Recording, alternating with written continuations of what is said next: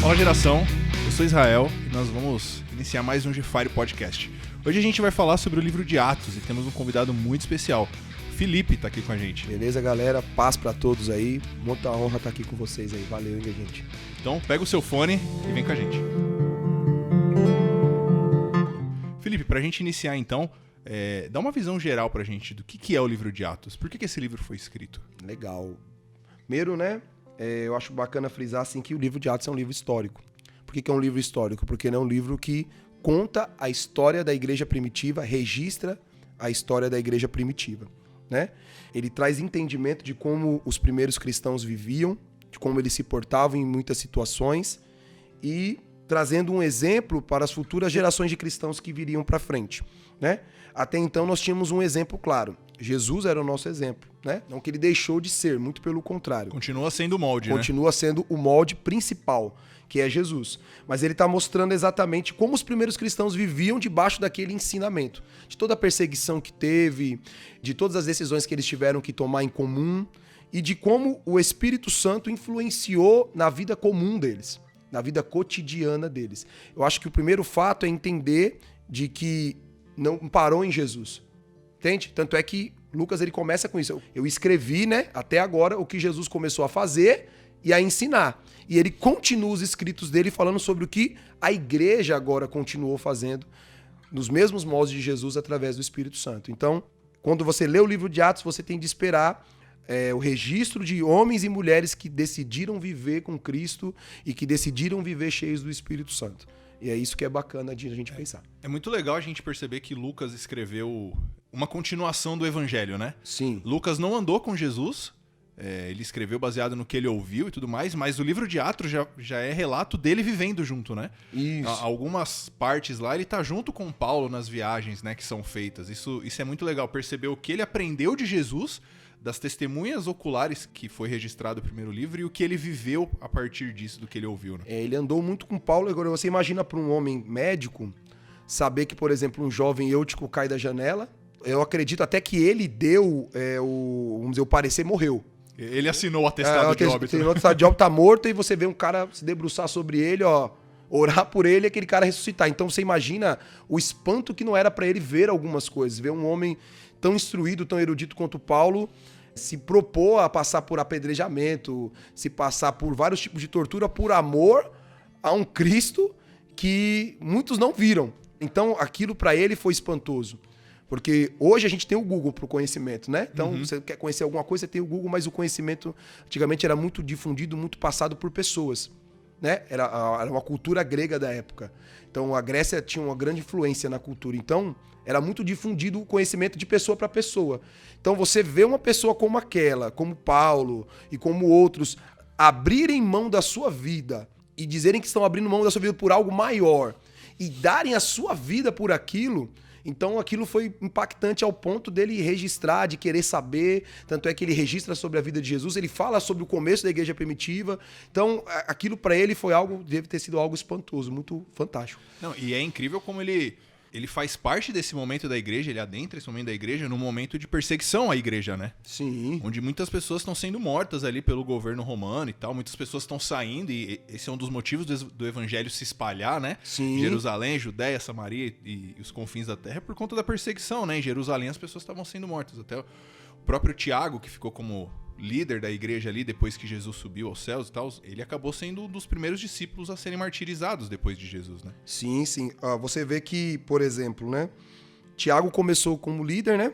Da igreja, morreu a fio de espada na mão de Herodes. Aí a Bíblia vai falar de um outro Tiago, que provavelmente era o irmão de Jesus, irmão suposto filho de Maria também. Fala suposto irmão porque, né? Nós sabemos toda a questão que envolve o nascimento de Jesus. Meio irmão, né? Meio irmão, vamos colocar assim. Mas o que eu acho fantástico é a forma de que o evangelho crescia mesmo em meio à perseguição. Eu sei que não tá... Eu vou usar esse trecho, que é do livro de Romanos, não é de Atos, mas gente foi vê... escrito durante o livro de Atos. Mas que eu acho engraçado, porque, olha, a gente pega um versículo e a gente vê de um jeito.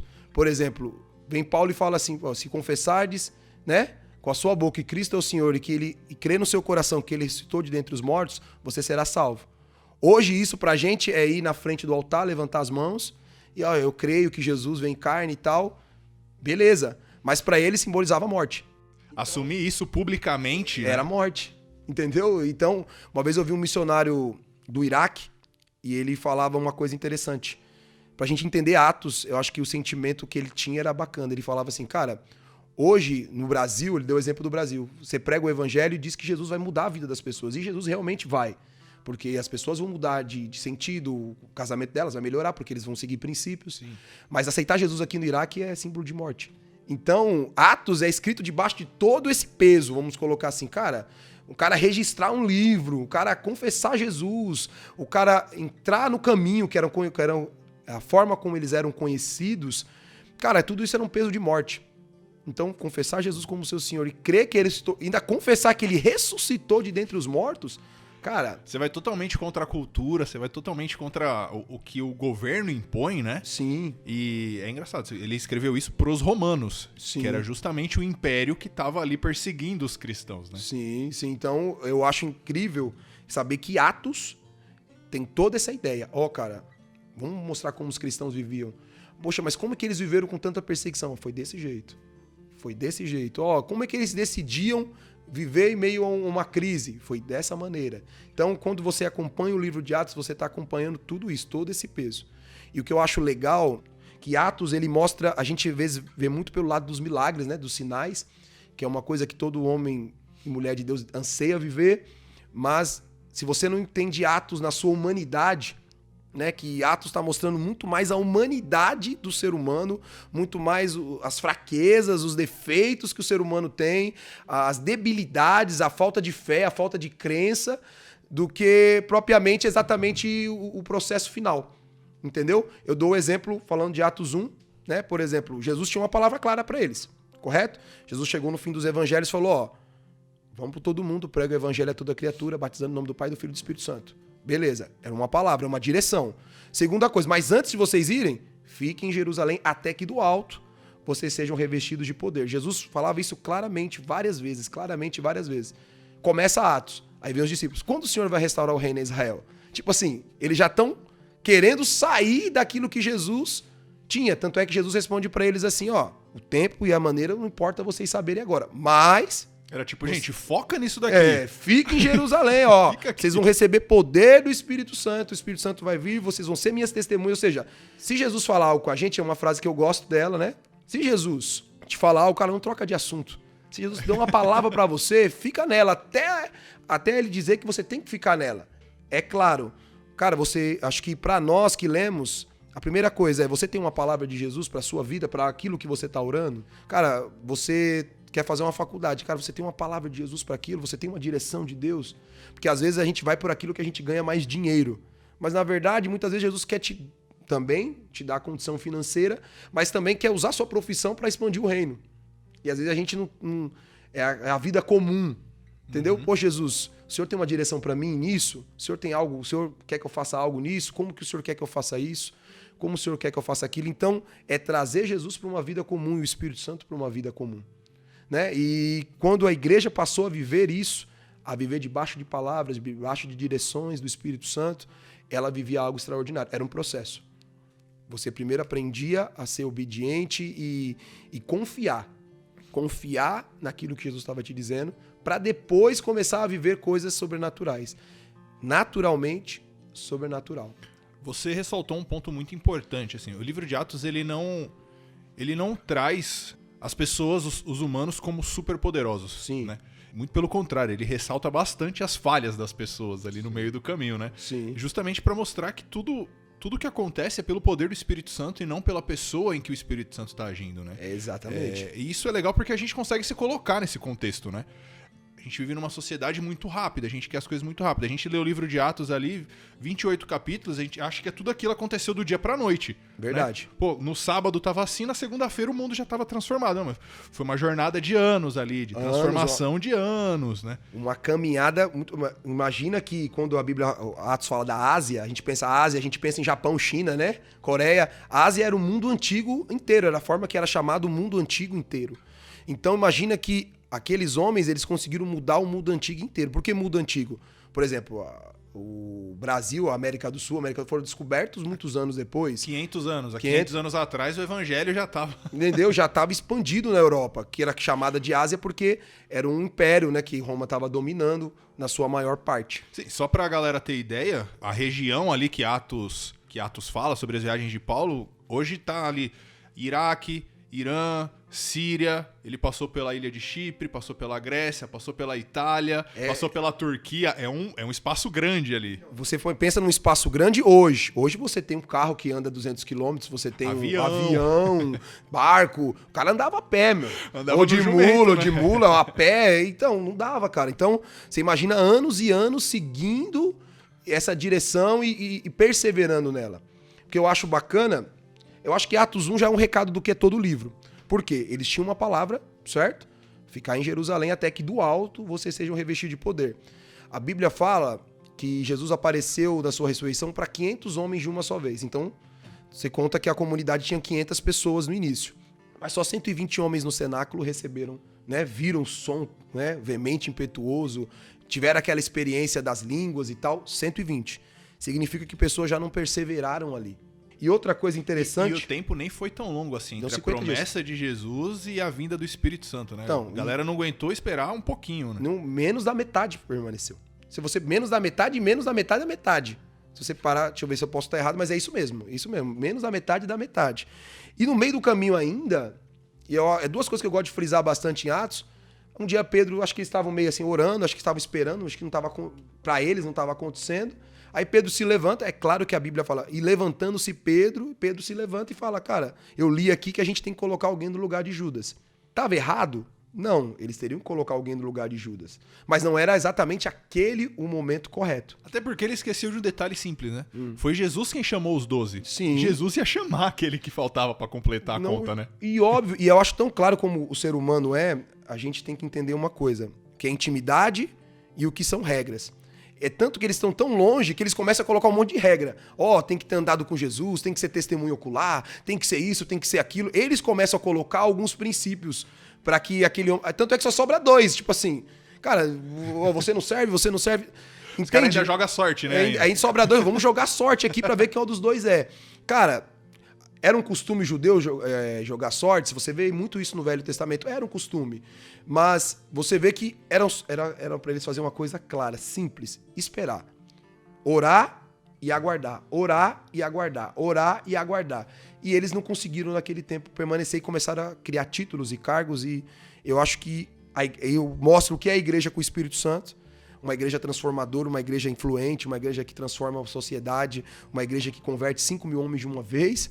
E uma igreja sem o Espírito Santo que às vezes está alocada, preocupada com quem vai ser o quê, ou quem vai deixar de ser o quê, ou quem vai ter o título tal, ou o que vai acontecer.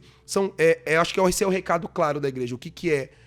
Tem uma frase que diz assim, a religião é o que sobra quando o templo fica vazio, né? O templo sem o Espírito Santo. É aquilo. Até o Espírito Santo vir era uma religião.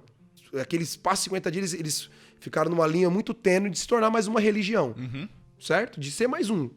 Ou se tornar aquilo que Jesus queria que ele se tornasse. Eu acho que o começo de Atos ele já fala por si só o que é o livro todo. Você vai viver uma religião ou você vai viver cheio do Espírito Santo, ouvindo aquilo que ele tem pra você. Tem uma coisa muito legal que a gente vê em Atos, né? Atos basicamente fala aí do início da igreja e de como... E alguns... vamos dizer, algumas direções pra igreja, né? Como corpo de Cristo, não como instituição, propriamente dito. E tem uma coisa muito legal que a gente percebe, é que eles... eram muito unidos, né? Sim. A unidade, ela permeava todo o contexto dos discípulos e daqueles que seguiam Jesus, né? Atos 2:42 diz que todos se dedicavam de coração ao ensino dos apóstolos, à comunhão, ao partir do pão e à oração. Então, assim, isso era o cerne do cristianismo, né? Tudo que vinha além disso era consequência dessa comunhão, sim, tendo Cristo como centro do seu relacionamento, né? É tão bacana isso que você pode ver que quando se fala de Ananias e Safira, fala que eles estavam vendendo o que eles tinham e colocando aos pés dos apóstolos. Cara, era uma liberdade tão profunda do Espírito que você imagina, as pessoas, quem tinha mais, vendia tudo o que tinha para que aquele que tinha menos vivesse numa condição igualitária. Mas por que isso? Eu vejo assim uma coisa tão clara. Lá no céu, né? A gente fala lá no céu, né? As ruas são de ouro. Então o ouro lá, ele vale que nem asfalto. certo? Pedra, o mesmo né? valor que tem asfalto e pedra tem o ouro. Então, eles viviam numa realidade dos céus tão absurda e o dinheiro para eles tinha aquele valor. Eles pisavam sobre o dinheiro, eles viviam como se fosse asfalto. Então, para eles era mais importante, tinha mais valor aquela comunhão que eles tinham com o Espírito Santo e as coisas que estavam acontecendo. E eles não queriam perder aquilo de jeito nenhum, que eles eram capazes de abrir mão do que eles tinham para que aquilo não se perdesse. Muitos abriram mão da vida, né? Que foi um pouco do que a gente falou por conta Sim. disso. Acho que eles entenderam um pouco do sermão do monte de Jesus, né, cara? Sim. Não se preocupe com o que vocês vão comer, onde vocês vão dormir. O seu pai tá cuidando disso. Ele cuida dos pássaros muito mais de você, né? Então, cara, parece uma coisa assim meia pessimista de se dizer, mas não é. Era a realidade deles. E era uma realidade que nós temos que, né, procurar alcançar. Cara, era tão aberto, era uma liberdade tão grande do Espírito que mais valor tinha o Espírito Santo do que os bens que eles tinham. Eles conseguiram abrir mão com uma facilidade muito extrema. Tanto é que um que tentou romper isso morreu. Dois, que é Ananias e Safira. Eles tentaram romper, não foi... O dinheiro era deles, tanto é que Pedro falou, o dinheiro era seu, a propriedade você nem precisava vender se você não quisesse, ninguém tá pedindo isso pra você. Mas eles queriam romper com uma conexão, tanto é que ele fala assim, cara, você mentiu pro Espírito Santo. Tentar enganar Deus, né? Vocês mentiram pro Espírito Santo, não foi pra mim. Vocês estão querendo entrar numa coisa que vocês não têm legalidade pra entrar, porque o coração de vocês está apegado à propriedade de vocês.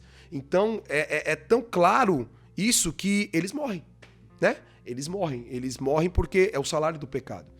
O salário do pecado é a morte. Parece uma coisa meio absurda de se dizer, mas eles tocaram em algo muito precioso, que era a comunhão que a igreja tinha com o Espírito Santo. E a gente já lê logo na sequência de depois que isso aconteceu, que muitos deixaram de seguir esse cristianismo que estava crescendo. Sim.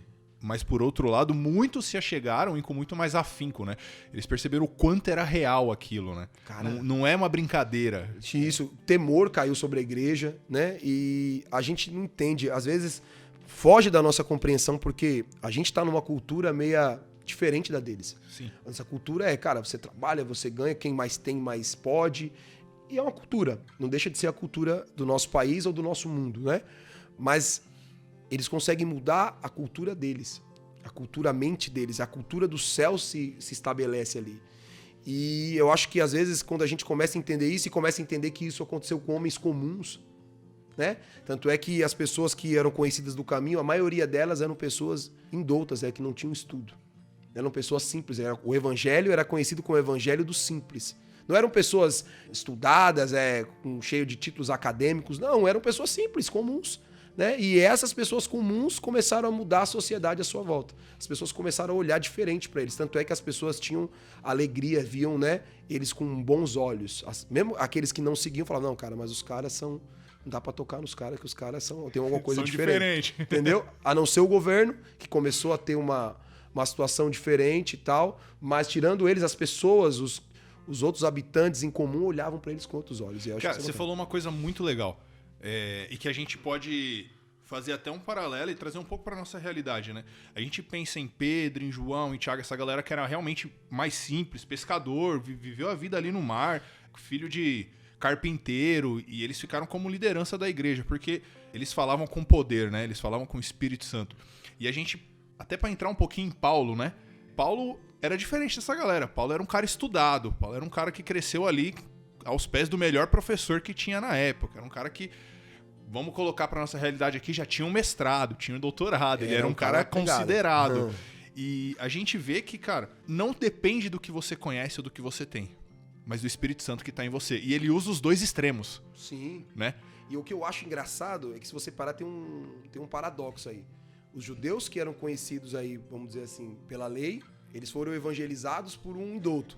Por aquele que não tinha tanto conhecimento. E os gentios que não tinham conhecimento da lei nenhum foram evangelizados por um magistrado. Então, é como se Deus falasse, cara, eu vou inverter as coisas aqui e acabou. A gente pode até usar o que Paulo escreve, né? De que a sabedoria de Deus é loucura pro mundo, né? Cara, ele fala disso, porque, é um paradoxo muito extremo, assim. Cara, era simples, era pegar um Paulo que conhecia a lei, vou ensinar a lei pra vocês aqui e tal, mas ele manda ele pros gentios. Entendeu? E pega um Pedro que era totalmente indouto, tanto é que era o espanto das pessoas quando Pedro se levanta para falar pela primeira vez. Peraí, quem é esse cara? Como que esse cara pode falar tão bem? Tal. Por quê? Porque era o sinal que eles viam daquele homem que estava cheio do Espírito Santo. E eu acho que esse contraponto que o evangelho tem hoje e que às vezes as pessoas estão perdendo um pouco disso, de entender isso, entendeu? Cara, o evangelho é do simples. O evangelho, ele é do estudado, daquele que está na faculdade, que espero que tenham pessoas que, né, estão buscando se formar academicamente, que isso é importante para a sua vida profissional, importante para a sua vida comum, mas o evangelho também é daquela tia que está ali, talvez fazendo o almoço, e Jesus fala com ela, ó, para aí e vai lá orar pela sua vizinha lá. Porque uma vez a gente teve uma experiência aqui, simples, né? Uma senhora muito simples aqui na escola de capacitação, e ela veio contou um testemunho muito simples. Ela estava na casa dela e tal, e chegou uma vizinha, bateu na porta, falou, ó, minha filha tá com problema, e falou o problema que a filha dela tinha, a vizinha falando que era criança, e não tem médico no hospital, não tem médico no posto e tal, e eu não tô sabendo o que fazer e tal, ora por mim, pra que a gente tenha médico. Ela falou que começou a orar para que tivesse médico, e aí Jesus falou para ela, cara, pode ser, ora por ela. Ora diretamente por ela, pronto. E ela falou que foi lá, bateu na porta da vizinha, falou, ó, tô aqui para orar pela sua filha, tal, sei que não tem médico, mas Jesus mandou vir aqui orar por ela. Orou pela menina e foi embora. Orou, foi lá fazer os afazeres de casa, falou que daqui a pouco bateu no portão dela, e ela, na cabeça simples, ela falou, deve estar chamando para tentar levar algum outro médico. Falou que quando chegou com a menina lá, olha, minha filha já não tem mais nada depois que você orou, eu não preciso mais do médico exatamente, porque... Então, as coisas sobrenaturais, elas acontecem por uma direção. E de forma normal. Normal, claro, não foi assim algo espetaculoso. Não saiu, desceu o anjo, né? Vai lá. Não saiu no Jornal da Globo, mas aquele dia é certeza de que aquela menina, aquela vizinha já não é mais a mesma pessoa depois daquele dia, depois daquela experiência. E eu acho que isso que o livro de Atos traz. Cara, são pessoas comuns, que estão vivendo suas vidas comuns, trabalhando, estudando, mas estão cheias do reino. O reino está dentro delas, o Espírito Santo está dentro delas para direcionar elas. É isso que é o principal foco do livro de Atos. Cara, eu posso viver isso? Pode. Cara, tá em mim também? Também. Então, posso fazer parte disso? Claro, é para você. Assim como foi para Pedro, assim como foi para um Paulo que era mestrado, assim como foi para homens e mulheres ali, é para você também. Então isso está ao seu alcance, é isso que você precisa entender. Acho que a gente pode falar de dois personagens aí. A gente já vai falar um pouco mais de Paulo, porque ele é um cara muito importante no livro de Atos, né? Sim. Mas tem um cara que eu acho a história dele assim espetacular, e ele foi o start, né, do espalhamento do evangelho, que é o Estevão. Um cara comum, um diácono que foi escolhido porque ele tinha uma vida correta, vamos dizer assim, ele tinha um bom testemunho, e por pregar o evangelho, compartilhar o evangelho, ajudar as viúvas nas necessidades, ele ajudava no compartilhamento do dinheiro, da comida ali, para que não faltasse a ninguém. Ele foi perseguido justamente por causa disso, e ele manteve o testemunho dele até o final, né? Sim, e viu os céus abertos, né? Antes de entrar nisso, para você ver como a igreja era humana, né? A gente passa esses detalhes. Eles já estavam brigando por causa de comida.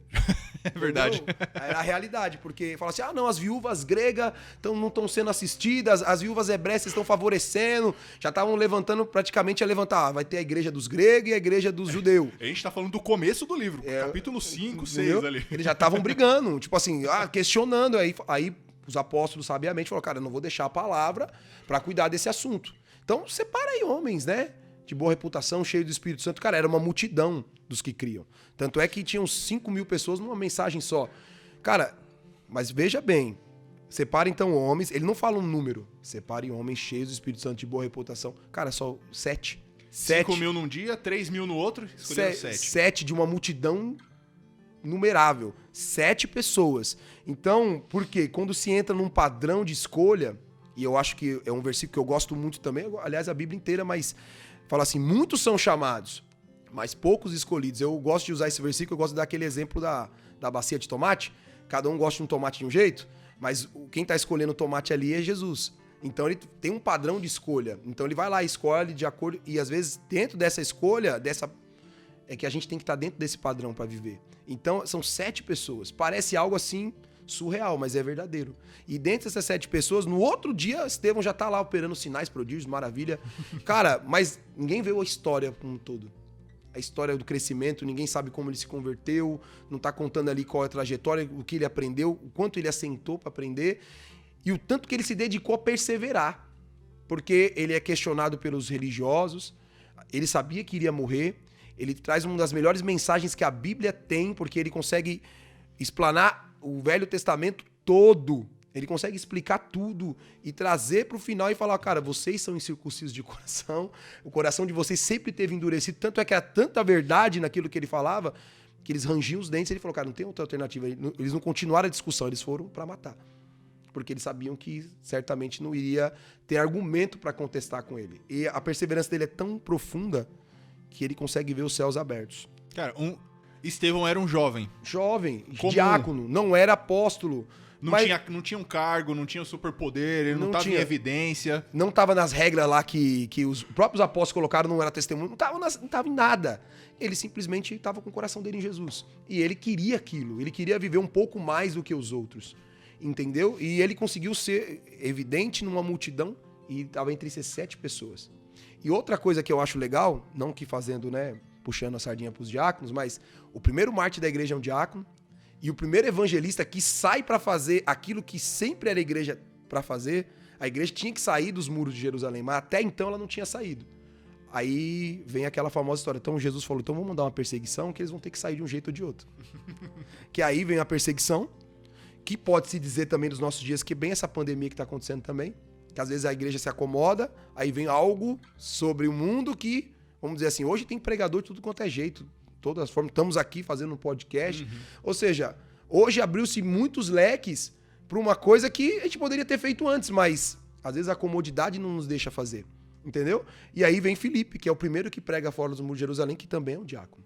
Não, mas conta a história de Filipe, como assim ele prega fora de Jerusalém? Ele vai pregar em Samaria. Ele é o primeiro que prega em Samaria. Você vê que a igreja estava tão situada em Jerusalém que eles já tinham organização, já tinha quem distribuía, o que fazia, eles já estavam organizados. E a palavra, vocês vão pregar em Jerusalém, Samaria, Judéia e até os confins da terra. Cadê? Não, nós estamos todo mundo bem em Jerusalém, nós estamos orando todo dia no templo, tá tudo certinho, tá bacana, tá legal. Você vê como a igreja é cheia de problemas, vamos dizer assim. Acaba se acomodando, né, do ser humano. Aí quando vem a perseguição, aí cada um tem que ir para um canto, para fugir, para não morrer.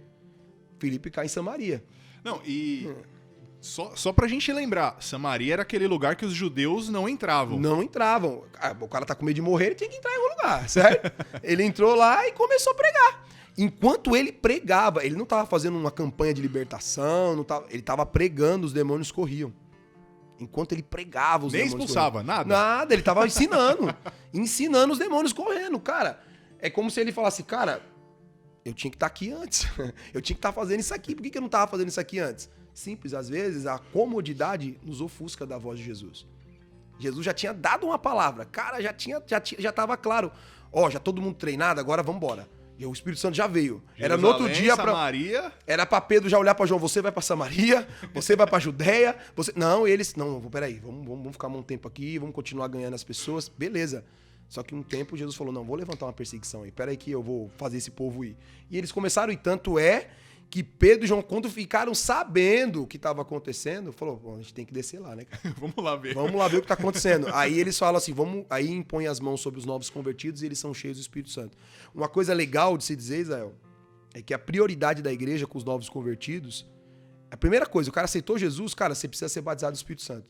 Você pode ver isso em todo o livro de Atos. Cara, você recebeu o Espírito Santo? Não, então, cara, peraí, seu próximo passo é esse. A prioridade da igreja era essa. Cara, tanto é que Pedro e João descem lá por causa disso, para orar pelas pessoas para que eles fossem cheios do Espírito Santo, porque sabia que a perseguição era tão ferrenha que se eles não tivessem o Espírito Santo, eles não iam conseguir. Não era um ensinamento, não era uma simples consolidação, eles precisavam de mais. Sim. Entendeu? E eu acho isso bacana. É muito legal. A história que me lembra de Filipe, a história que fica gravada em Filipe é a história de que ele tá andando e de repente Deus transporta ele para um outro lugar, do lado de uma carruagem de um etíope que tá lendo o pergaminho de Isaías e se perguntando quem é aquele homem daquela história, né? Não, e você imagina, ele tá vivendo um avivamento, desculpa a expressão, cabuloso, assim. Cabuloso. Ele tava pregando, as pessoas estão... Os demônios correndo. As pessoas sendo libertas. Daqui a pouco Jesus fala pra ele, ó, cara, vai pra Banda Sul lá. Não, mas e aqui? Não vai lá pra Banda Sul, na estrada tal, lá eu vou te direcionar pra você pregar pra um homem. Pra um. Cara, ele deixa uma multidão pra pregar pra um. E isso que é a direção de Jesus. Cara, a gente tá... Isso como líder a gente tem que ter. Tá disposto a abrir mão, às vezes, de uma multidão. Não é o que Jesus disse? Deixou as 99 pra ir atrás de uma. Cara, é fantástico a gente ver como Jesus opera. E ele, Ele foi lá, explicou o evangelho pro cara, baseado no livro de Isaías, batizou o cara. E o Espírito Santo falou, agora volta. Aí transportou ele e botou ele lá de novo. Acabou. E a gente não sabe o que aconteceu na Etiópia com esse cara, né? Na hora que ele voltou. A gente não sabe se ele evangelizou a Etiópia, a gente não sabe. Usando o exemplo aqui de Jesus, quando Jesus liberta aquele gadareno, né? Eram Decápolis, eram 10 cidades. Ele fala, Jesus, eu vou te seguir. Não, você não vai. Você vai voltar e vai contar o que eu fiz pra você. Aí nessa cidade. Porque eles expulsaram Jesus. Mas você vai ficar aqui como um embaixador do meu reino. Você volta. Ele queria ser um apóstolo, ele queria seguir. Não, você volta. É a mesma coisa o etíope. Às vezes foi o cara que... O missionário que foi mandado pra lá. Foi o eunuco. Ele chegou, falou pra rainha de Candace, ó, cara, eu conheci algo poderoso e a gente não sabe o que aconteceu daí pra frente. Mais uma coisa que a gente pode trazer pra nossa vida, né? Nem sempre o seu ministério é igual de alguém que você tá seguindo. Não, nem sempre. Eu tenho um colega meu que fala uma frase, ele é um cristão bem antigo, e ele fala uma coisa, nem sempre você vai ser um Paulo, mas você pode ser um Ananias, que vai orar pro Paulo. Ananias, outro cara assim... Entendeu? O que eu acho legal nessa história de Ananias é que a gente lê que, pô, Lucas não dá nenhum detalhe. É um Ananias. E Ananias era tipo João naquela época. Muita gente chamava Ananias. Sim, é um nome comum. É um nome comum. Ele era mais um crente na cidade, que tinha uma vida com Deus, e Deus falou especificamente com ele. Sim, deu o endereço, deu o dono da casa, deu tudo. Só, se tivesse o WhatsApp na época da, você manda uma mensagem pra ele, o número dele é tal, deu tudo. Mais um cara comum, que vivia a vontade de Deus, e que por intermédio dele, Deus manifestou a glória dele, né? Porque aí a gente entra na história de Paulo. Claro, que é Atos 9, que eu acho bacana frisar Ananias, por quê? Porque ele aparece na história, do nada, vai embora. Do nada. E simplesmente faz aquilo que Jesus mandou ele fazer. Cara, você imagina, o cara era um assassino. Ele estava liderando a perseguição à igreja. Ele estava indo para outro lugar com carta para matar os cristãos. Tem um encontro com Jesus, que eu acho bacana aqui frisar uma coisa. Os apóstolos deram as regras, vamos dizer assim, tem que ser testemunho ocular, tem que ter andado com Jesus, tem que ter isso, tem que ter aquilo, certo? Aí Jesus falou assim, tá bom, não vou descumprir as regras de você não. Então ele vai me ver, ele vai andar comigo, mas eu vou chamar ele que eu tô chamando. Beleza? Beleza. Aí ele vê, tem um encontro com Jesus, fica cego e tal. Ele vai chamar Ananias, chega, ó, o negócio é o seguinte, tem um homem lá chamado, que tá cego, na casa de fulano de tal, na rua direita e tal, sim, tá todo o endereço. Ananias fala, beleza, Jesus, quem é? Saulo. Pô, aí não. O senhor quer me matar? Ô, Jesus, você errou, não sou eu, não. Jesus, deixa ele cego. Que se eu orar e ele enxergar, o primeiro que ele vai ver sou eu. Quem vai morrer primeiro sou eu. Ele tá cego. Na hora que ele der a mão nele, que ele passar a enxergar, o primeiro que ele vai ver sou eu. Sou cristão, vou morrer. Ele fala, não. Aí que eu acho bacana ensinar sobre uma coisa que o livro de Atos ensina muito. Que é o que é de verdade uma profecia. A profecia é a mente e o coração de Deus. A mente e o coração de Deus. O que Jesus está mostrando para Ananias é a mente e o coração dele. Ele falou, Ananias, vamos trazer para o português de hoje. Você não está errado, ele é assassino mesmo. O que você está vendo daí, de onde você está vendo certo, você não está vendo errado. Mas ele é para mim, ou seja, eu daqui de cima estou vendo lá na frente. Ele é para mim um vaso escolhido. Você não sabe o que ele vai fazer amanhã, mas eu já sei. Então, o que Jesus está trazendo para Ananias é a mente e o coração de Jesus para Ananias. Ananias passou a pensar e a sentir o que Jesus sentia. Então ele falou, cara, então Paulo já não é qualquer pessoa. Hoje, a gente olha para algumas pessoas na nossa sociedade que são marginalizadas ou até um certo preconceito, não é verdade? Mas a gente não tem o sentimento que Jesus tem por elas. E a gente não enxerga, não tem a mente que Jesus tem por elas. Então, as pessoas falam muito de profetizar. Profetizar é você trazer a mente e o coração de Deus, cara. Eu tenho um livro, não sei se eu posso indicar um livro aqui, se não puder, pode. Né? Chama-se Traduzindo Deus, do Shaul Bolz. É um livro muito bom quando se fala de profético. E ele é um dos caras que move no profético assim de uma maneira absurda, né? E ele pega e ele tá orando, ele tá passando as férias no Havaí, e lá no Havaí tem muita prostituição infantil. Eu nunca fui no Havaí ainda, né?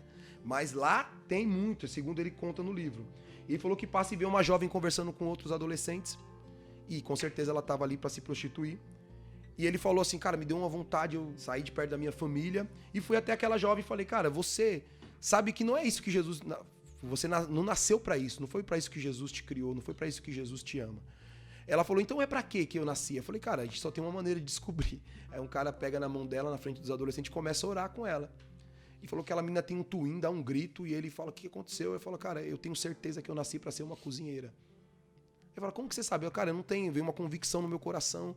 Eu sei que Deus me fez para ser uma cozinheira. E o que eu vou fazer para sair dessa vida? Ele fala, cara, do mesmo jeito que você teve essa convicção agora, nós vamos orar de novo. Eles continuam orando. E ela fala, cara, eu sei, eu tenho um tio meu em tal cidade que tem como se fosse um quiosque e tal, e eu vou começar com ele, eu vou sair daqui e vou para lá. Cara, ela começa a mudar a vida dela dali. Do simples momento que ela começa a entender a mente e o coração de Deus, eles trocam telefones. E falou que depois de um ano entrou em contato com ela. Ela já era dona do seu próprio quiosque e já tinha metade do quiosque do tio. Uma menina que era marginalizada. E às vezes a gente, como igreja, nosso papel muitas vezes é querer marginalizar também. Ah, é isso, é aquilo, é assim porque é isso, é assim porque é aquilo. Quando na verdade o nosso papel é trazer a mente e o coração de Deus. Cara, o que Deus tem para sua vida? O que Deus tem para o seu coração? Para você, como indivíduo, como ser humano? É o que Jesus fazia. É o que Ananias fez com Paulo. É o que a igreja não fez com Paulo. Porque Atos 9, Paulo é chamado. Jesus fala com ele e ele só vai ser liberado para ser missionário lá em Atos 13. Entre Atos 9 e Atos 13 demoram 4 anos. 4 anos, cara, a igreja dizendo, não, esse cara, uma hora ele se levanta e quer matar todo mundo, não deixa esse cara de lado aí.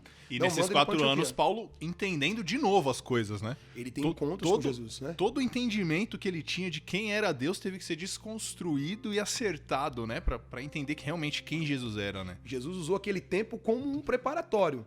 Mas Jesus já tinha uma palavra para ele. Mas a igreja, de novo, demorando a entender o que os céus querem fazer. Cara, era simples, era o pessoal acolher. Tanto é que, isso é histórico, né? Não tem comprovação, mas um dos únicos que acolhem ele é Barnabé. Que é o pessoal falou que é o efeito Barnabé. Barnabé traz ele pra perto e fala, não, cara, eu vou aproximar vocês. Leva ele pra igreja de Antioquia, que já tinha alguns irmãos que já estavam reunidos ali orando, jejuando. A Bíblia fala que lá tinha profetas e mestres. Profetas e mestres. É bom deixar claro também que eles estavam jejuando e orando, buscando um ambiente profético. E o Espírito Santo, de novo, traz a mente e o coração dele. Cara, eu quero Barnabé e Saulo. É agora, tá na hora. É agora. Já, ó, demorou, cara. Demorou, cara. Eles têm que ir. O mundo tá esperando por eles, cara. Entende? Então, eu acho que a igreja hoje tem que ser como Ananias. Nós temos que trazer essa realidade. Cara, é fácil eu falar o que a pessoa é, porque todo mundo tá vendo. O difícil é eu trazer a realidade de quem Jesus fez ela nascer para ser. Essa é a dificuldade. É fácil dizer pro cara, você é drogado, você é nóia. É fácil porque todo mundo tá vendo. Mas, cara, o sobrenatural da igreja é eu descobrir e trazer a realidade de quem aquela pessoa nasceu para ser. Porque aquela pessoa nasceu para ser algo poderoso em Cristo. Algo poderoso em Jesus. Isso exige fé da gente, né? É diferente de você pegar o livro de Atos e você ler lá no capítulo 6, 7, Estevão morrendo e Paulo ali afirmando isso, ele tá errado mesmo, tem que apedrejar mesmo. Mata! E você vê o fim do livro de Atos, Paulo sendo morto pelo mesmo evangelho que Estevão morreu, né? Perdendo a vida dele. Então, cara, você entende que às vezes a gente não entende o amanhã? É aquele famoso versículo, né? Assim como os céus são mais altos que a terra, assim são os meus pensamentos mais altos que os vossos pensamentos. Ou seja, é uma outra realidade. Cara, se a igreja... Isso eu falei esses dias no Regional Diaconato. Nós somos 210 milhões de brasileiros, certo?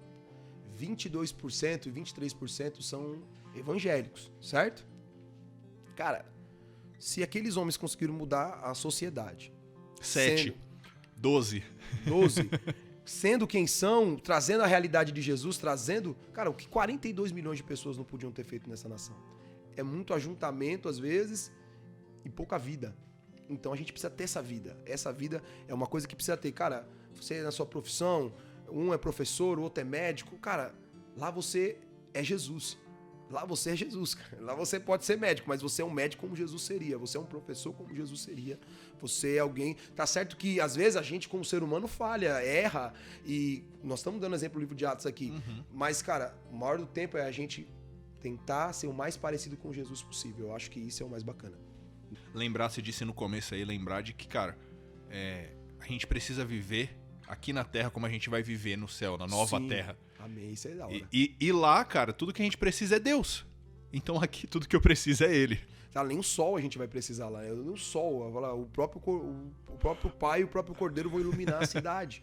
Então, são coisas que fogem da nossa compreensão. É bíblico, tá ali, Mas às vezes é fácil a gente ler, ter a informação. Mas exige fé pra viver desse jeito, né? É a famosa história. Você tem dois pesos. Você tem informação e o conhecimento e você tem a revelação. A informação e o conhecimento, a gente é detentor dele.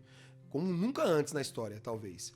Mas falta, às vezes, a revelação daquela luz, trazer luz para o entendimento e aquela revelação mudar a nossa vida e aquilo guiar os nossos passos a partir de agora.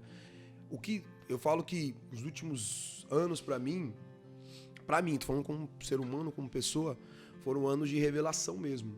Às vezes a gente é muito detentor de informação, de muito conhecimento, mas falta aquela prática. Então hoje, quando eu falo de informação, eu tento trazer alguma coisa prática para que as pessoas possam entender que aquilo é vivo, que faz parte do nosso cotidiano. Esse é um ponto importante, né, cara? A gente falou sobre a simplicidade do evangelho, a gente deu o exemplo também de Paulo, que conhecia muita coisa. A informação é importante, né? Muito. A gente precisa conhecer para ajudar na revelação. Sim. Né? Ela vem baseada em algo que você já sabe, algo que você já conhece. Então, se eu largo a Bíblia, se eu largo a vida de estudo, de conhecimento de Deus, as revelações que eu terei não farão sentido algum, né? Não, na verdade não se tem. Ou você vai ter uma revelação de qualquer uma outra coisa. Mas às vezes o que acontece? A informação tá aqui, mas ela precisa de luz. E a revelação é exatamente a luz sobre aquilo, é aquilo se tornar claro e real na sua vida. Se você não tem isso aqui, a informação, tanto é que, usando Atos, você vai ver que quando eles pregavam, o que eles citavam? As Escrituras. As Escrituras. Ó, Pedro fala, isso aqui não é embriaguez, né? Voltando lá em Atos 2, né? Como sendo essa 9 horas da manhã, mas é o quê? Aquilo que foi predito pelo profeta Joel, né? Então, quando eles passam em Bereia, por que eles são considerados mais nobres do que os outros? Porque eles, além de ouvirem, eles analisam. Os bereanos analisam. Vamos lá, vamos ver se é aquilo que Paulo falou mesmo. Vamos dar uma analisada aqui, vamos ler. Que eu acho que também é uma vamos dizer assim, se eu posso colocar como uma falha da igreja atual. Às vezes falta o comprometimento de querer entender. Ah, tá, se o pastor disse, bacana, beleza. Ah, se o Israel disse, bacana, beleza. Não é assim que funciona. Cara, o nosso molde principal é Jesus ainda, e sempre vai ser ele. Então eu tenho que buscar dele. Eu quero só usar um exemplo aqui, que eu acho que Atos também cita muito. Paulo fala para a igreja de Coríntio assim, 1 Coríntios 11:1. Sede meus imitadores, como eu também sou de Cristo, certo? Ele está falando para os coríntios. Coríntios era uma igreja imatura, carnal, que não conseguia olhar para Jesus ainda. Então ele falou, cara, vocês não conseguem olhar para Jesus ainda? Tá bom, olha para mim, que eu sou igual a Jesus, tá? Olha para mim. Mas o evangelho não morre aí. Para os Efésios, lá em Efésios 5:1, ele fala para os caras assim, cara, vocês olhem para Jesus. Sede imitadores de Deus como filhos amados.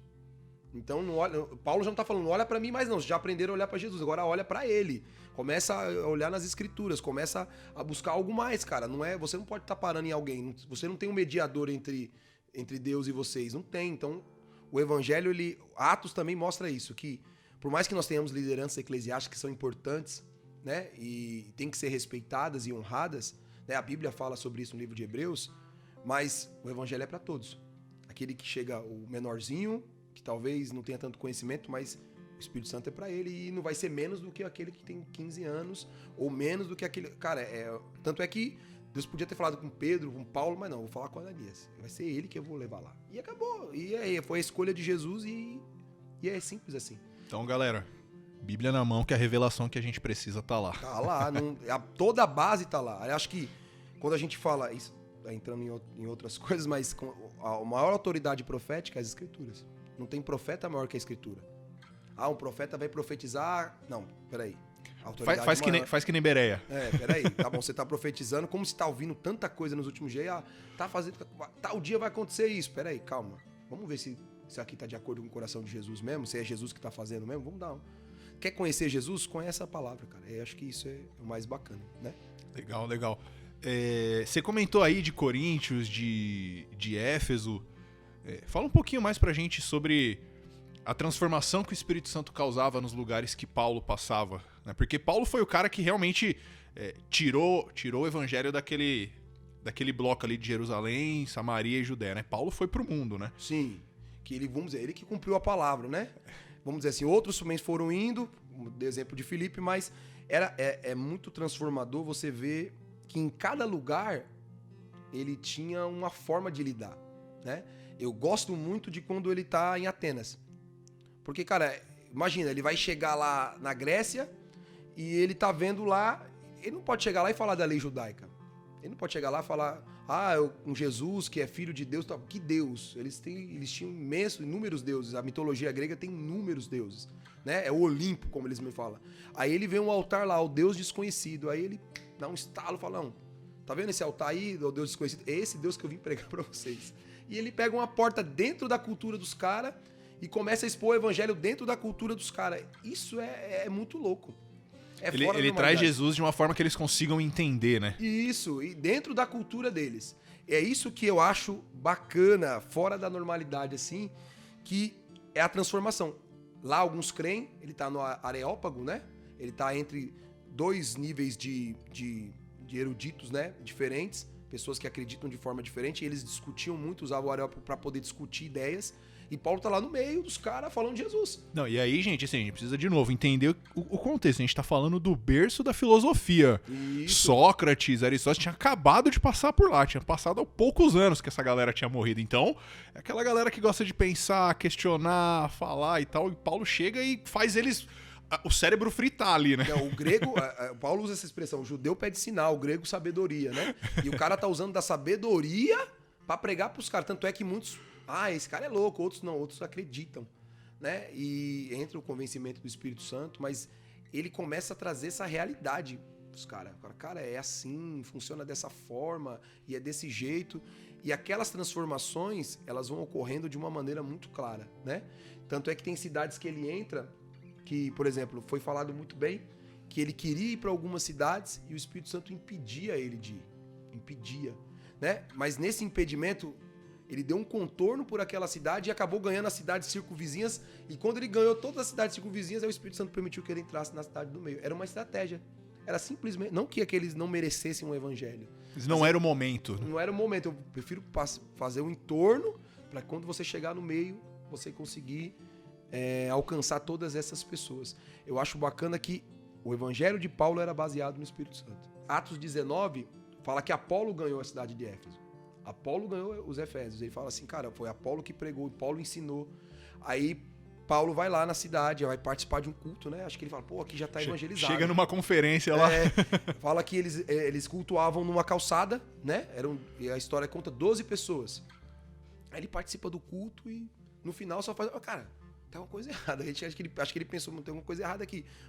Vocês receberam o Espírito Santo quando vocês creram? Não, nós nem ouvimos falar do Espírito Santo. Peraí, então, vocês foram batizados no quê? No batismo de João, no batismo das águas. Não. Paulo batiza eles, ensina para eles o evangelho corretamente, inteiramente, de forma íntegra. Batiza eles de novo, impõe a mão sobre eles e eles são batizados no Espírito Santo. O que é legal disso, cara, é que Paulo não menospreza Apolo. Não, em nenhum momento. Porque Apolo pregou aquilo que ele conhecia. Paulo ainda não tinha tido contato com o Espírito Santo, né? Sim, ele Paulo era veio de uma outra poderoso em região palavras, do isso. mundo, né? Ele era poderoso em palavras, mas ele não tinha tido o encontro que Paulo tinha tido.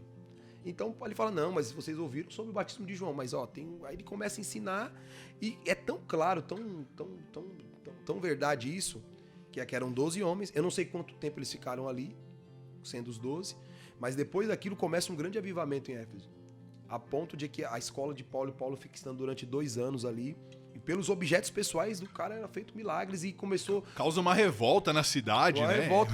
As pessoas, no fim, elas pegam os livros mágicos e vão queimar. Cara, você sabe o que é isso, cara? As pessoas... E era muito dinheiro. A Bíblia fala isso. Fala assim, cara, se fosse contar o valor daquilo... Eram alguns milhões no nosso dinheiro hoje. É uma biblioteca inteira de conhecimento que eles tiveram como lixo. Então, Paulo começa a trazer transformações profundas. Que eu acho que é um ponto... Quando eu falo igreja, eu falo pessoas, tá? Uhum. A igreja precisa pensar em transformações da sociedade profundas. Quando eu falo isso, é no sentido de que, cara, se você tem uma esquina que você tá vendo que tem jovens se perdendo, poxa, o que me custa orar por aquilo e Jesus me dá uma palavra para que talvez eu seja a resposta na vida daqueles jovens, né? O que me custa, às vezes, ser o canal de transformação, o agente de transformação.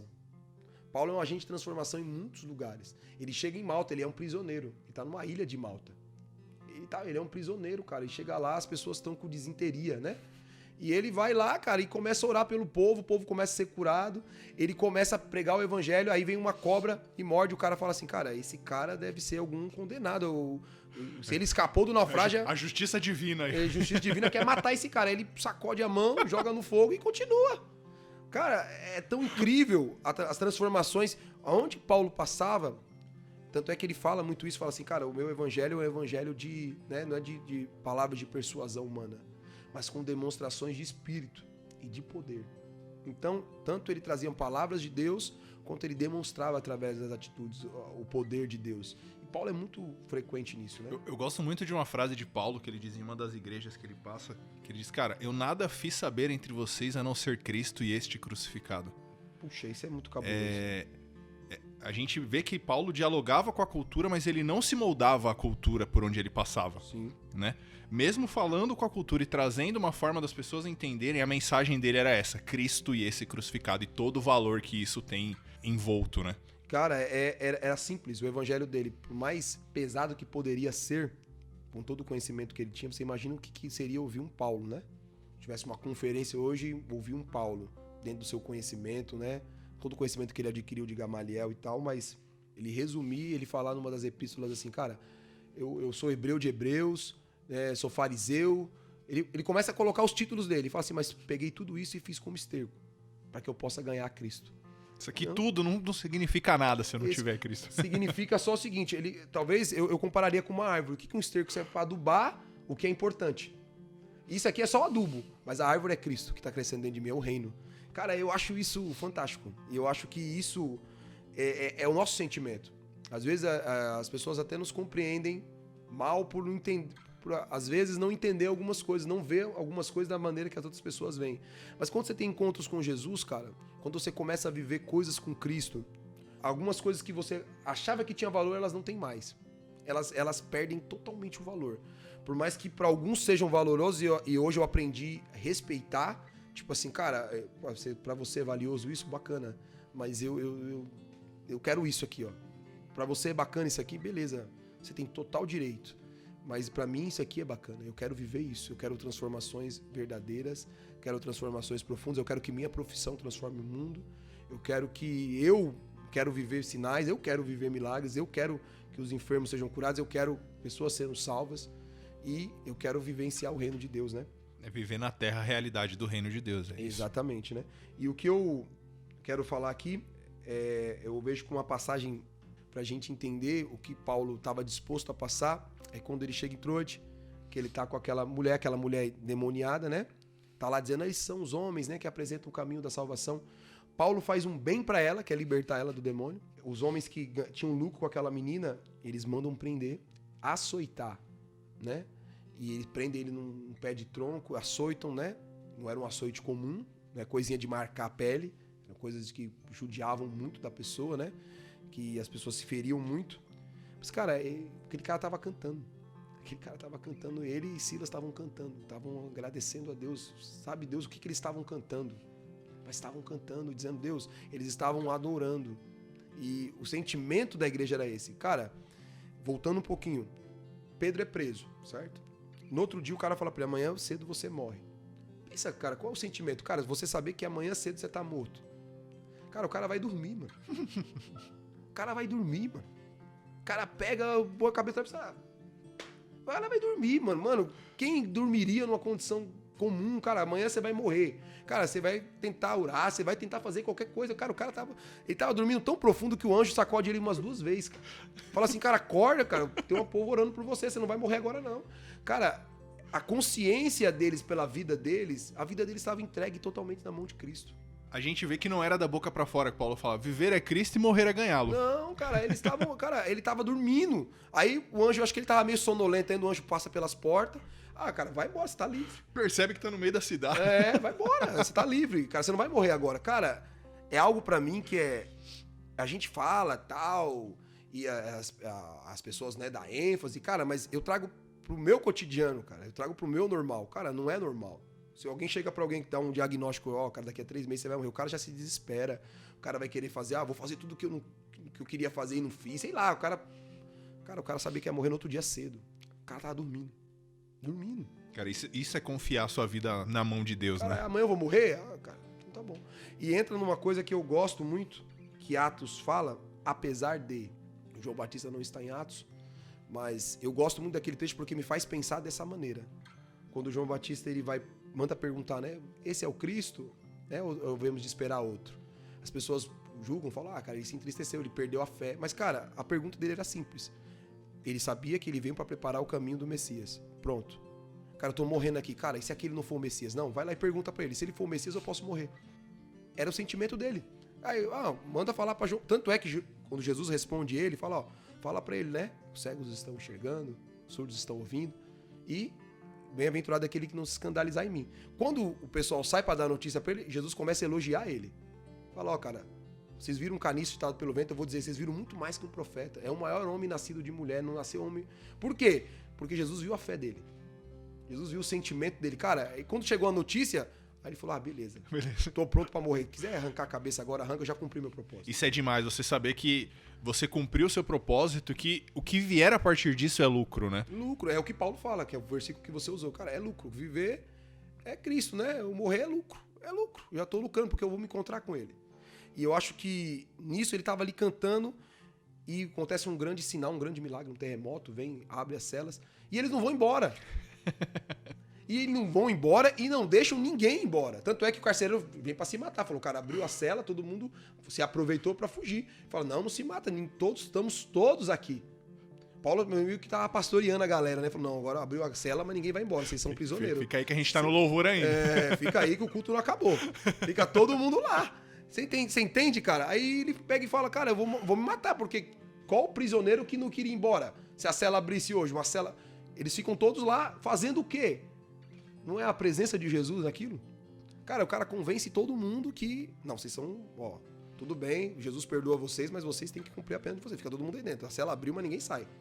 E ninguém sai. Tanto é que no outro dia, quando querem libertar, ele fala, não, eu sou cidadão romano. Vem fulano de tal me libertar aqui, ó. Eles têm que vir me tirar daqui. Tem que ser a forma certa das coisas. Não, e tudo isso aconteceu para que a família do guarda lá da cela fosse apresentada e conhecesse a Cristo, né? Porque nessa oportunidade o cara falou, vou me matar. Paulo fala, não, peraí, vem aqui, deixa eu te contar sobre alguém. É mais ou menos assim, cara, você vai morrer sem Jesus, não. Você vai morrer salvo. Aí ele fala, não, eu creio no... E o que eu faço? Crê no Senhor Jesus e será salvo tu e a tua casa. Cara, é salvo a casa dele inteira. Porque, cara, eu não consigo imaginar essa dimensão. Entende? É uma dimensão fora da nossa normal. A gente lê a Bíblia e vai passando por isso. Cara, o que fez os prisioneiros ficarem na cela? E não ir embora? Cara, eles podiam ter ido embora, estava aberto. Era o sentimento que o carcereiro tinha. Cara, Jesus, ele vem para pôr as coisas em ordem. Jesus vem para trazer Tem um avivamento numa das ilhas, eu não lembro agora o nome da ilha certo, que as pessoas começaram a se arrepender de seus pecados, elas começaram a ir na delegacia, falar, cara, fui eu que roubei aquele dia lá, cara, eu preciso ser pego, você precisa me prender. Chegou um ponto que o delegado falou, cara, não cabe mais ninguém. Chega, acabou, você tá perdoado, vai embora pra sua casa. As pessoas começaram a confessar publicamente, né? Que foi o caso também da cidade de Éfeso. As pessoas começaram a confessar publicamente suas falhas. Cara, a gente talvez não esteja pronto para isso. Vou dar um exemplo aqui. Talvez eu não esteja pronto para ouvir suas falhas, certo? Sem te julgar. E talvez por isso o avivamento ainda não chegou no ápice dele. Talvez eu não esteja pronto para ouvir as minhas. E falar, cara, mas você não podia fazer isso, entendeu? Não, por que não? Tá certo que existem coisas e coisas, mas você entende? Não é ouvir, não é o que ouvir, mas como ouvir. Uhum. Entendeu? De como ver. Tudo bem, cara, você merece, vamos dizer assim, merece pagar por aquilo que você fez, mas tudo bem, cara, eu tô aqui pronto pra te ajudar. Tô aqui pronto pra ser um braço pra você. Vamos lá. Você vai passar pela sua consequência, mas eu vou estar ali orando por você. Você pelo menos reconhecer o que você errou. Entende? Essas coisas ainda não é uma realidade pra gente. Né? De pegar uma roda e falar, cara, é mais fácil. É aí que eu vejo Atos, né? Hoje as pessoas estão dispostas a mostrar suas medalhas, não suas cicatrizes, né? Às vezes as pessoas querem mostrar o que elas conquistam, não o que elas passaram para conquistar aquilo. E às vezes o que o mundo precisa é que mais as pessoas exponham suas cicatrizes. Cara, eu sou assim, eu preciso de ajuda e passei por isso, mas venci. E é isso que o mundo está precisando, talvez. Tem uma coisa que a gente pode que me faz pensar assim bastante sobre Atos e sobre os avivamentos que vieram ao longo da história, né? O livro de Atos a gente vê que, cara, as igrejas, elas começavam de forma muito pequena. Eram pequenas reuniões. A própria igreja em Jerusalém, né? Um dos lugares que Paulo passa e ele começa a pregar para as mulheres que iam lavar roupa no rio. Era o único lugar que paravam para ouvir ele. E de repente, dali surge uma grande igreja. E a gente percebe que, cara, Deus não tá olhando para a quantidade. Deus tá olhando para o coração e para a mensagem que tá sendo falada, né? Eu começo a pensar nos avivamentos mais modernos. Aí a gente pensa no avivamento da Rua Azusa, que era um grupo de pessoas dentro de uma fábrica abandonada que se reunia para orar. E de repente o mundo foi transformado. A gente pensa no avivamento do País de Gales. Cara, uma pessoa que orava, o cara orava e pregava. E aí o país inteiro fica sem crime por 3 anos. Nenhum boletim de ocorrência por 3 anos, porque as pessoas estavam olhando para Cristo, sabe? E tudo isso começou com pequenas ações. Elas não estavam preocupadas com quem vai me ver, número de curtida, número de visualização. Estavam preocupadas com uma vida com Deus, sabe? O avivamento do País de Gales, os historiadores falam que até os cavalos perceberam a diferença, porque eram muitos mineradores, eles tratavam muito mal os cavalos, né, para carregar. Falou que os cavalos estranhavam a brandura com que eles estavam tratando os cavalos. Cara, você entende o que é mudança de sentido? Não, eu li uma coisa sobre o avivamento do País de Gales que pode até dar uma noção pra gente aqui do Brasil. Eles mudaram o horário dos jogos de futebol, porque no horário habitual as pessoas estavam na igreja e ninguém mais assistia jogo. Sim.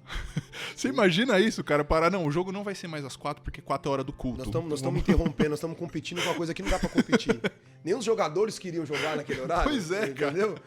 Cara, tem um relato de um que ele pega, vai pro culto, participa do culto e ele fica a madrugada toda naquela adoração, naquela presença e vai de manhã, sai pra trabalhar, certo? Vai trabalhar, trabalha o dia todo no minério, volta, ainda meio sujo do minério e volta pro culto. O mesmo culto que não acabou de ontem. Entendeu, cara? É coisas incríveis, assim. Então, mas aí que entra Atos, aponta as pessoas a abrirem mão das suas propriedades. Cara, é uma realidade, uma atmosfera, é um coração diferente. Entendeu? São coisas que são construídas. Né? Você leu bem o trecho, falasse que eles tinham tudo em comum, eles perseveraram na doutrina dos apóstolos. Cara, começou com algo pequeno, que se tornou algo grandioso, que alcançou toda a nação. Quando a gente vê isso, vê Paulo, que vem com esse crescimento, vê outros homens que foram crescendo juntos. Paulo estava, depois acredito, de Atos 13, conta-se muito a história de Paulo, certo? Eutico, enfim, milagres. Timóteo, Lucas com ele, uma galera toda. Todo mundo com ele, Lucas e tal. Mas, o tempo todo Paulo estava disposto a uma coisa, dar a vida dele. Ele podia estar livre. Tá lá diante do rei, ele podia... Não, eu apelo pra Roma, eu quero ir pra Roma, porque eu tenho que pregar em Roma. Cara, mas você pode ir embora. Não, cara, eu tô apelando pra César, eu vou pra Roma. E falou com os governantes em Roma, né? Sim, e eu fui ouvido. Cara, então, até que ponto nós estamos dispostos a abrir mão, né? Até que ponto eu tô disposto, às vezes, a abrir mão de uma coisa tão simples, né? Às vezes de momentos simples, né? De coisas simples pra viver aquilo que Jesus quer que eu faça. Entendeu? E isso é pra nós. Aí que entra. Aí quem tá disposto é pro homem comum, é pro não comum, é pro pastor. É pro que sabe muito, é pro que sabe nada. É pro leigo. É aquele que tá disposto. Cara, eu tô disposto, Jesus, eu quero. Você quer? Beleza, é pra você. Mano, eu tô só procurando pessoas que façam isso. Tem uma história do Evan Roberts, né? Tem muito a ver com o livro de Atos. E ele era um dos caras, assim, dos avivalistas modernos, né? Dos mais tops, assim. E a história que eu vi dele, o rapaz que conta a história dele falou que ele tava orando, né? E tinha um rapaz, assim, que tinha os joelhos atrofiados. Sabe como aquela pessoa que anda demais a cavalo com os joelhos pra fora? E ele falou que ele só disse assim, ó, Jesus name, em nome de Jesus. Ele falou que os joelhos do cara estalavam pra dentro, e voltou pro lugar. E depois disso, o cara ficou impressionado. Aí falou que esse cara falou, quem quer ter o que eu tenho? Aí todo mundo, lógico, né? Levantava a mão, o pé, a cabeça, tudo, né? Aí ele pegou e falou, cara, ele contava sempre a mesma história.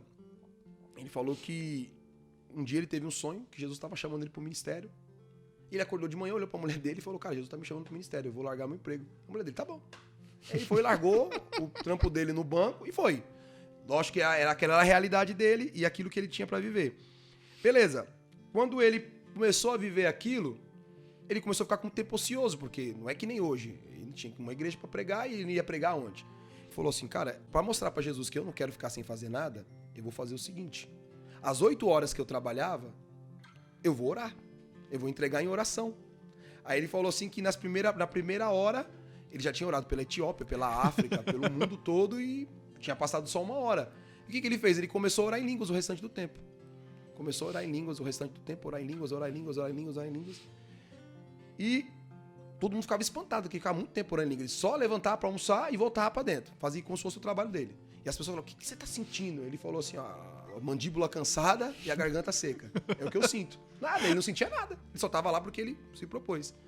Aí um dia ele falou que tava passando um pregador renomado lá. Ele orava num porão de uma igreja. E esse pregador só ia à tarde. E os caras queriam encher a igreja, né? Porque o cara era renomado. E estavam chamando todo mundo e foram lá chamar ele na sala dele. Ele falou, cara, acho que Jesus não vai se importar de eu parar de orar para ele para ouvir a palavra dele. E também era uma desculpa pra ele sair da sala, que ele tava doido pra sair. Uhum. Sentou na primeira fileira tal, e começou. Só que era uma igreja muito formal. Falou que tá lá o cara com um papelzinho lendo, né? Explanando, dando aquela palestra. E ele falou que tá sentado do lado de uma moça e falou que daqui a pouco abriu um foco de visão assim.